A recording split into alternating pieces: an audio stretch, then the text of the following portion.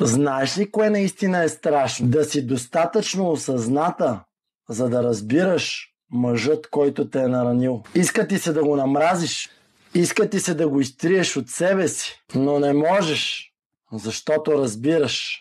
Разбираш, че той е ранен. Това, което всъщност ти е причинил, е било защита.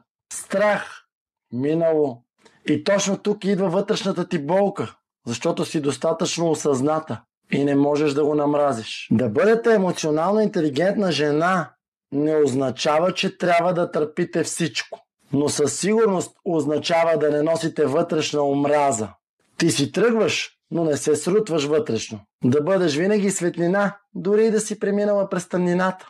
Не всяка жена би разбрала мъжът, който е наранил всъщност. Но точно тук идва твоята сила. И ако някой ден той осъзнае каква жена е загубил всъщност, ще знае, че вече е твърде късно. Ако си тази жена, която чувства твърде дълбоко, но не се пречупва, запиши се при мен, че ти покажа как да излезнеш от болката с високо вдигната глава, защото ти не си обикновена.